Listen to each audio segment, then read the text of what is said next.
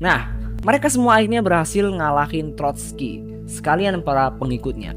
Kemudian Stalin berbalik ngadepin Zinoviev dan Kamenev gitu, serta nyingkirin mereka berdua. Aduh, udah dibantuin, bila dibantuin malah yang ngebantuin dibantai cuy.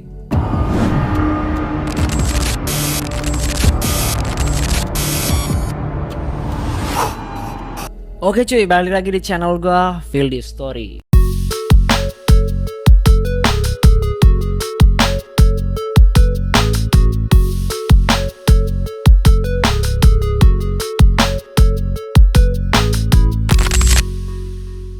Nah, kemarin kita sempat membahas negara Korea Utara yang dipimpin oleh Kim Jong Un ya cuy.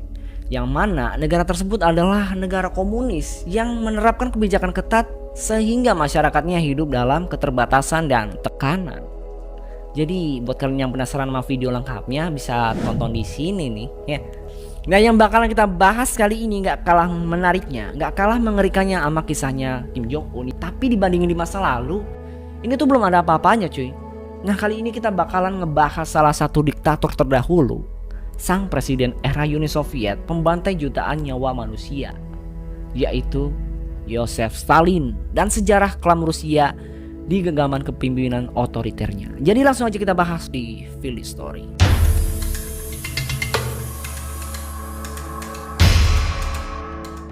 Jadi sebelum lebih jauh masuk ke dalam ceritanya, alangkah baiknya gue kasih tahu dikit nih profil dari sang diktator yang bakal kita bahas ya. Jadi mulai dia lahir, terus nama orang tuanya siapa, oke? Jadi nama aslinya Yosef Stalin tuh Yosef Vissarionovich Stalin Jugashvili. Lahir pada tanggal 21 Desember 1879 di kota Gori, provinsi Tbilisi yang sekarang jadi bagian dari negara Georgia. Nah, dia terlahir dari seorang ibu yang bernama Yekaterina Georgievna dan seorang ayah yang bernama Vissarion Ivanovich Jugashvili. Itulah sedikit profil dari Stalin dan juga nama kedua orang tuanya cuy.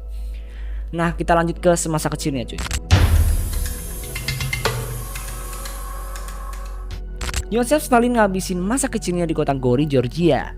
Di tahun 1888, setahun sebelum bokapnya meninggal, orang tuanya tuh pernah masukin dia di sekolah gereja Gori.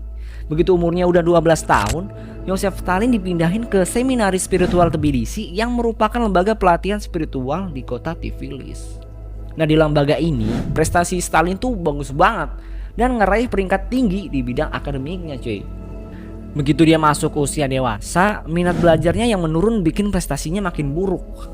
Perilakunya yang sering bikin onar, bikin pihak sekolahnya kadang masukin dia ke dalam sel. Sifat pemberontakannya itu mulai kelihatan abis dia kena pengaruh sama pemikiran dari tokoh revolusioner seperti Nikolai Chernyshevsky sama Alexander Krasniqi cuy. Jadi sifatnya Yosef Stalin yang bener-bener anti Tuhan itu makin menjadi-jadi pas dia mulai gabung sama mereka. Dengan gampangnya Nikolai sama kawan-kawannya mengaruhi si Joseph cuy. Nah, pemikiran Marxisnya itu semakin berkembang seiring dia mulai ikut dalam pertemuan kaum buruh. Dan akhirnya dia mutusin buat stop sekolah. Jadi dari sinilah dia udah mulai ada tanda-tanda bahwa dia bakal jadi diktator cuy. Ngeri banget emang.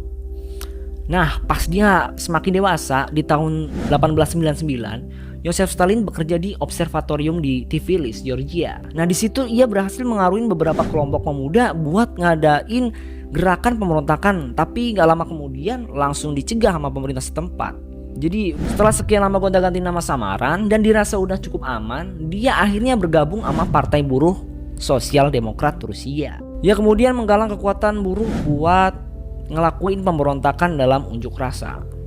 2 kali dia ngelakuin itu ya 2 kali juga dia gagal cuy. Nah, akhirnya Stalin ketangkep dan dijeblosin ke penjara. Emang apa sih dari si Stalin ini, waktu sekolah dikurung di sekolah, giliran udah dewasa malah dikurung di penjara gitu. Jadi lumayan nyambung juga nasibnya ya. Kayak emang bandel banget nih bocah, sampai bandelnya itu ngabisin jutaan nyawa gitu. Oke, balik lagi ke topik coy.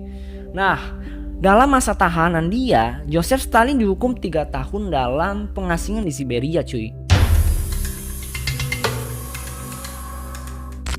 Dia masih belum kapok juga. Akhirnya Joseph Stalin ini berhasil kabur, terus balik lagi ke Tbilisi. Nah, disinilah dia nyunting surat kabar yang berhaluan Marxis sekalian nyuarain gerakan Marxisme di Georgia. Nah, di tahun 1903 yang mana ada perpecahan dalam tubuh partai, Joseph Stalin mihak sama kelompok Bolshevik di bawah pimpinan Vladimir Lenin. Vladimir Lenin itu presiden yang mimpin waktu itu ya, sebelum Stalin jadi presiden. Nah, sampai tahun 1917 dia jadi anggota partai yang gigih dan giat.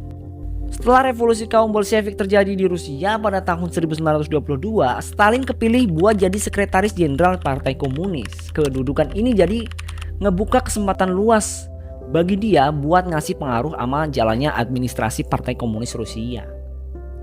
Nah, hal ini juga sekaligus jadi faktor utama dalam pergulatan Stalin menuju puncak kekuasaan sesudah Lenin meninggoy. Nah, di awal tahun 1924, Joseph Stalin akhirnya ngegantiin posisi dia.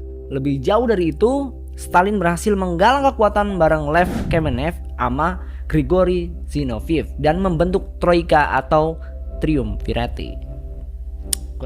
Kalau misalnya gue salah baca, koreksi gue ya cuy. Triumvirate itu bacanya gimana?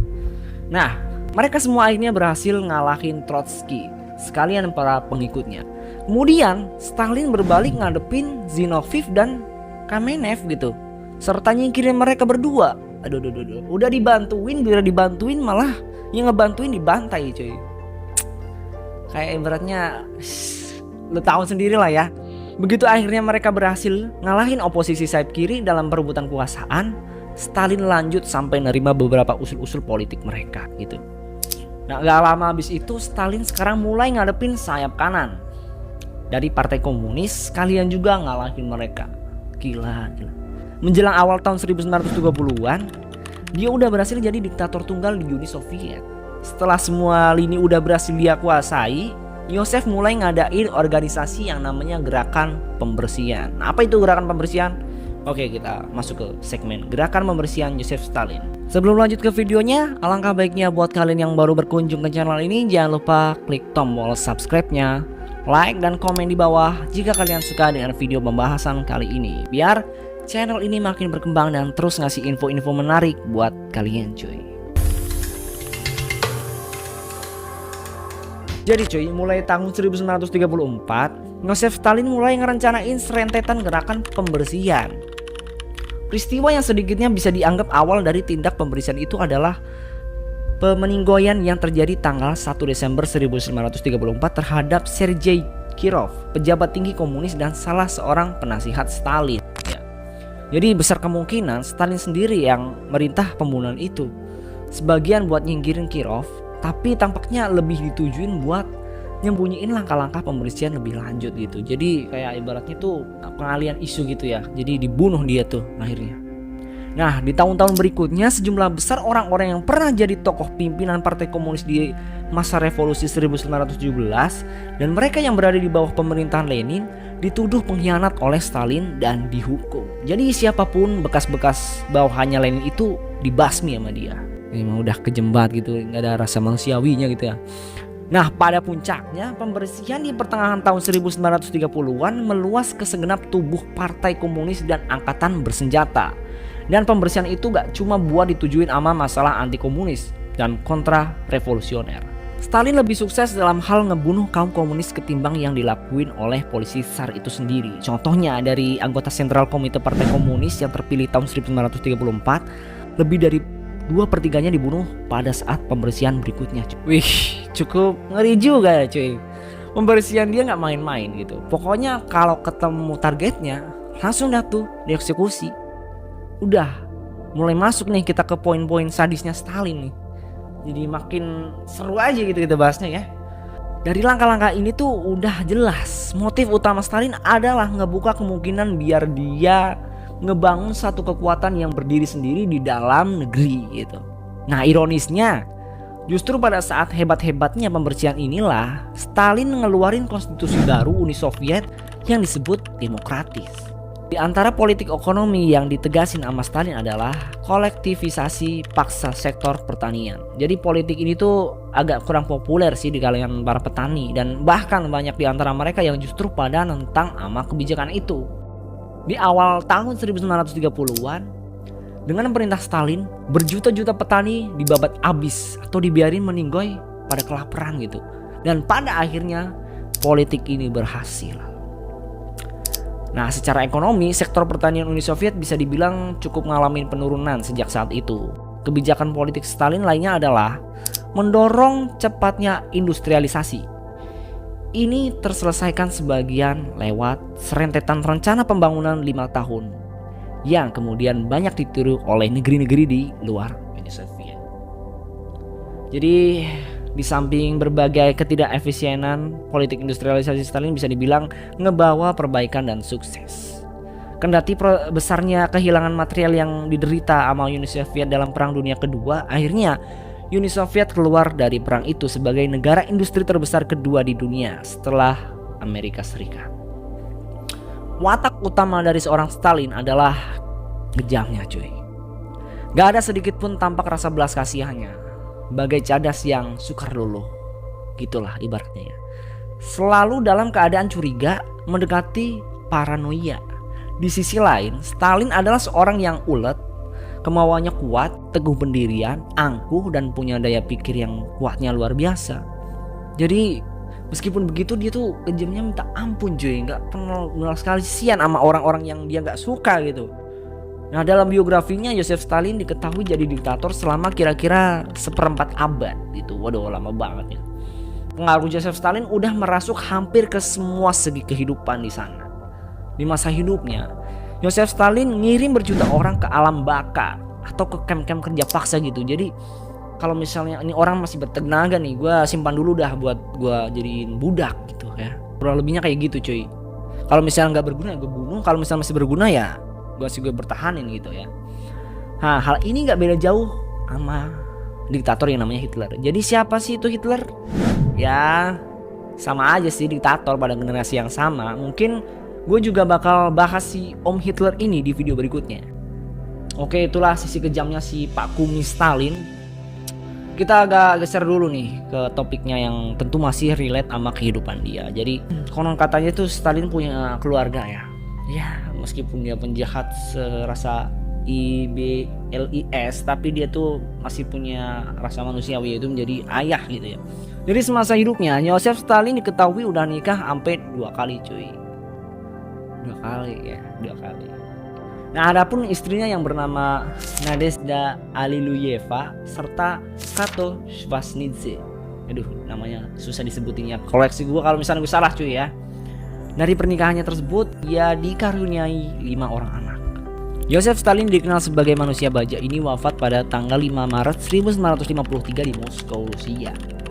Penyebab kematiannya itu karena pendarahan di otak ya, menurut informasi yang gue dapat. Nah, jasad Joseph Stalin kemudian diawetkan dan disimpan di Lenin's Mausoleum bersama dengan jasad Vladimir Lenin yang juga diawetkan, cuy. Kira-kira kalau diawetkan, kalau ke Rusia mungkin bisa gue lihat kali ya. Jadi itu, cuy. Selain jadi kabar duka bagi keluarga yang ditinggalin, ini sekaligus jadi momen awal kebahagiaan Uni Soviet. Gimana enggak, kematian dia itu emang udah ditungguin sama rakyat yang tertindas gitu sama dia. Jadi itulah, cuy, sekilas kisah dari sang diktator yang kejam di masa lalu.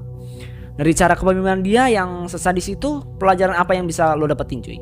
Dan gimana penilaian lo tentang hal mengerikan yang udah dia lakuin? Coba kasih tanggapan kalian di komentar. Oke, cuy, mungkin itu aja penutupan dari pembahasan kita kali ini.